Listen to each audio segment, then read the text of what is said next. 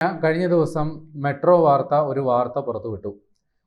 നമ്മുടെ എറണാകുളത്തെ പറവൂരിൽ ഒരു വനിതാ CPM നേതാവിൻ്റെ വീട്ടിൽ നിന്നും ഒരു CPM MLA ഈ നേതാവിൻ്റെ ഭർത്താവും നാട്ടുകാരും ചേർന്ന് പിടികൂടി കൈകാര്യം ചെയ്തു എന്ന തരത്തിലാണ് ആ വാർത്ത വന്നത്. ഇപ്പോൾ ഈ രാഹുൽ മാങ്കൂട്ടത്തിൻ്റെ വിഷയം കത്തി നിൽക്കുമ്പോൾ മറ്റേ ഗ്രൗണ്ടിലും ഒരു ഗോള് വീണു, 1-1 എന്ന രീതിയിലാണ് അത് സോഷ്യൽ മീഡിയയിൽ വ്യാഖ്യാനിക്കുന്നത്.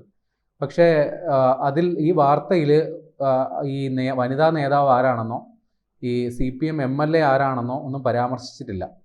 പക്ഷെ വളരെ വൈകാതെ ഈ കാര്യത്തിൽ ഞങ്ങളെ വലിയ രീതിയിൽ സോഷ്യൽ മീഡിയയിൽ ആക്ഷേപിക്കുന്നു, വ്യക്തി അധിക്ഷേപം നടത്തുന്നു എന്ന് പറഞ്ഞുകൊണ്ട് കഴിഞ്ഞ ലോക്സഭാ തെരഞ്ഞെടുപ്പിലെ എറണാകുളത്തെ സ്ഥാനാർത്ഥി ഷൈൻ ടീച്ചർ രംഗത്ത് വന്നു.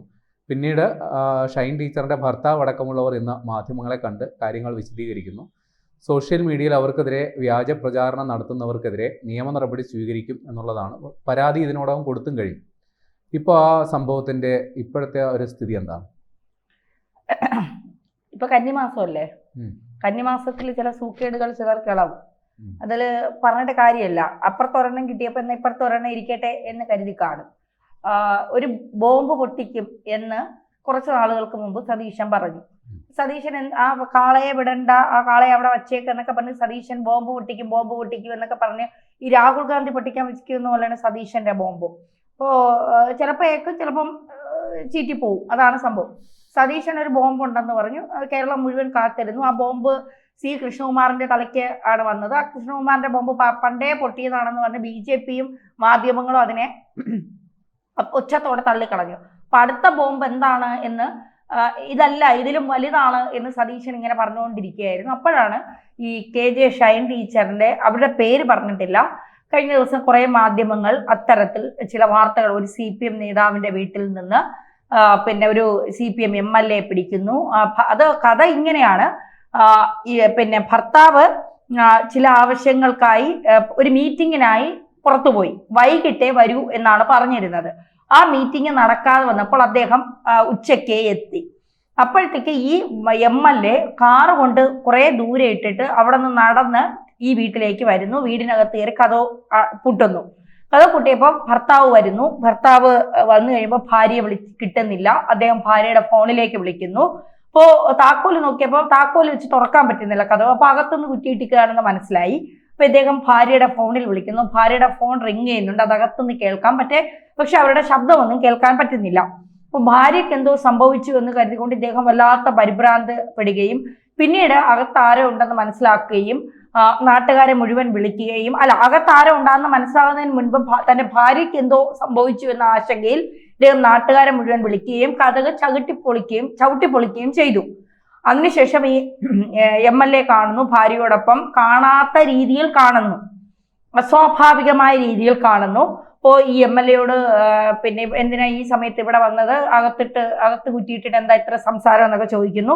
അങ്ങനെ അതൊക്കെ കഴിഞ്ഞതിന് ശേഷം അവർ രണ്ടുപേരും ഭാര്യ ഇയാൾ അടിക്കുമ്പോൾ ഭാര്യയെ പിന്നെ രക്ഷിക്കാനായി ഈ വന്ന CPM MLA ഈ ഭർത്താവിന്റെ കയ്യിൽ കയറി പിടിക്കുന്നു. അതിനുശേഷം അവിടെ നാട്ടുകാരും ഈ MLAയും ഭർത്താവും ചേർന്ന് വലിയ പിന്നെ എന്താ പറയുക സംഭവബഹുലമായ അന്തരീക്ഷം ഉണ്ടാവുന്നു. അതിനിടയ്ക്ക് ഈ MLA മുങ്ങുന്നു. തുടർന്ന് കാറിൽ കയറി അദ്ദേഹം പോകുന്നു. ഇതാണ് കഥ. ഇതിനെ കോൺഗ്രസ് പ്രചരിപ്പിക്കുന്ന അദ്ദേഹം പൊതിച്ചോറുമായി ഉച്ചയ്ക്ക് സഹാർത്തിയെ കാണാൻ വന്നതാണ്. അതിനുശേഷം കുറെ പേർ പ്രചരിപ്പിക്കുന്നുണ്ട് CPM ഇതേക്കുറിച്ച് അന്വേഷിച്ചു, പിന്നെ പറഞ്ഞിട്ട് പോയിട്ട് കൃത്യസമയത്ത് വരാതെ അസമയത്ത് കയറി വന്ന ഭർത്താവാണ് ഇതിൽ തെറ്റുകാരൻ. അതായത് വൈകിട്ടല്ലേ വരുള്ളൂ എന്ന് പറഞ്ഞത്. അപ്പൊ അദ്ദേഹം എന്തിനു ഉച്ചയ്ക്ക് വന്നു, അതാണ് CPM ചോദിക്കുന്നത്. അതുകൊണ്ടല്ലേ ഇവിടെ ഇപ്പൊ ഇത്ര പ്രശ്നങ്ങൾ ഉണ്ടായത് എന്നാണ് അവർ ചോദിക്കുന്നത്. അപ്പൊ ഇത്തരം കഥകളാണ് പ്രചരിച്ചത്. സ്വാഭാവികം പറവൂരിലെ കൃത്യമായി ആ KJ ഷൈൻ ടീച്ചർ ആണ് എന്ന് മനസ്സിലാകത്തക്ക രീതിയിലുള്ള എല്ലാ തരത്തിലുമുള്ള കാര്യങ്ങൾ പുറത്തുവിട്ടുകൊണ്ടാണ് ഈ വാർത്ത സൃഷ്ടിച്ചവർ വാർത്ത ഉണ്ടാക്കിയത്. അപ്പോൾ ഇത് നമുക്കറിയില്ല ഇതിലെ സത്യാവസ്ഥ എന്താണ്. അപ്പൊ അവരെ ഭർത്താവ് പറയുന്നു, നിങ്ങൾ ഞങ്ങളുടെ വീട് നോക്കൂ, വീട് ചവിട്ടിപ്പൊളിച്ചതായിട്ട് നിങ്ങൾക്ക് തോന്നുന്നുണ്ടോ, നാട്ടുകാരോട് ചോദിക്കൂ, ഇങ്ങനെ ഒരു സംഭവം ഇവിടെ നടന്നിട്ടുണ്ടോ എന്നുള്ളത്. പിന്നെ ഇത് ലൈംഗിക വൈകൃതമുള്ള ഒരു MLA രക്ഷിക്കാൻ വേണ്ടി ഇപ്പോ CPMനകത്ത് ഇത്തരത്തിലുള്ള ചില പ്രശ്നങ്ങൾ ഉണ്ടാക്കുന്നതാണ് എന്നാണ് പറയുന്നത്. ഇവിടെ അതല്ല ഏറ്റവും പ്രധാനപ്പെട്ട കാര്യം.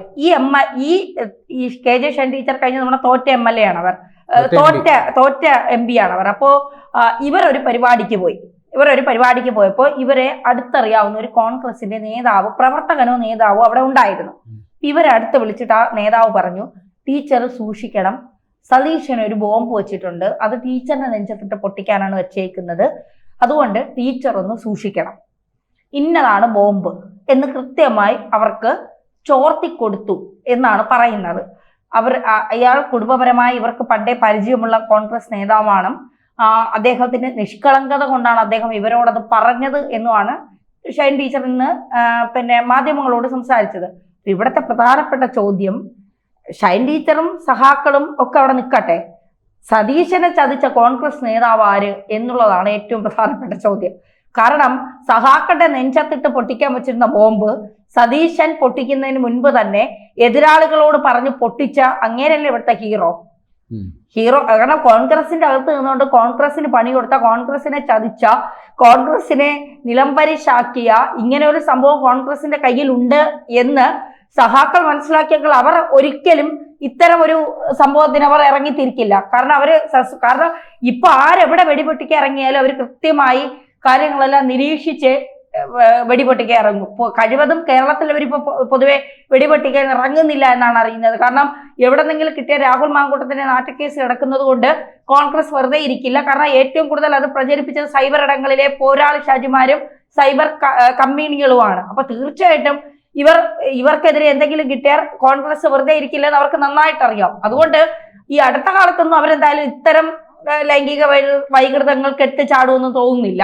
അപ്പോ ഇവിടെ രണ്ടു കൂട്ടർക്കും പരാതിയില്ലാത്ത ഒരു കേസ് ഇപ്പോൾ ഇങ്ങനെ നടന്നു എന്നൊന്നും ഇരിക്കട്ടെ, അത് അവരുടെ സ്വകാര്യതയാണ്, അതിൽ എത്തി നോക്കേണ്ട കാര്യമില്ലല്ലോ. ഇപ്പോൾ ഭാര്യയ്ക്കും ഇല്ല ഭർത്താവിനും ഇല്ല പരാതി, മൂന്നാമത് ആ കക്ഷിക്കും ഇല്ല പരാതി എങ്കിൽ പിന്നെ ഇതിൽ ഒരു ആക്ഷേപത്തിന് തന്നെ പ്രസക്തിയില്ല. വേണമെങ്കിൽ അവരെ വ്യക്തി അധിക്ഷേപം നടത്തി സായുജ്യമടയാം എന്നതിനപ്പുറം ഇതൊരു കേസ് പോലുമല്ല. രാഹുൽ മാങ്കൂട്ടത്തിൻ്റെ കാര്യത്തിൽ അതല്ലല്ലോ സ്ഥിതി, അത് സംഗതി വ്യത്യസ്തമാണ്. അപ്പോൾ ഇതിനെ അതുകൊണ്ട് തുലാൻ ചെയ്യാന്ന് പറയുന്നത് നടക്കുള്ള കാര്യമല്ല. പിന്നെ ഇതിൻ്റെ ഇടയിൽ വേറൊരു കാര്യം കൂടിയാണ്, അതുകൂടി പറഞ്ഞിട്ട് പോകാം.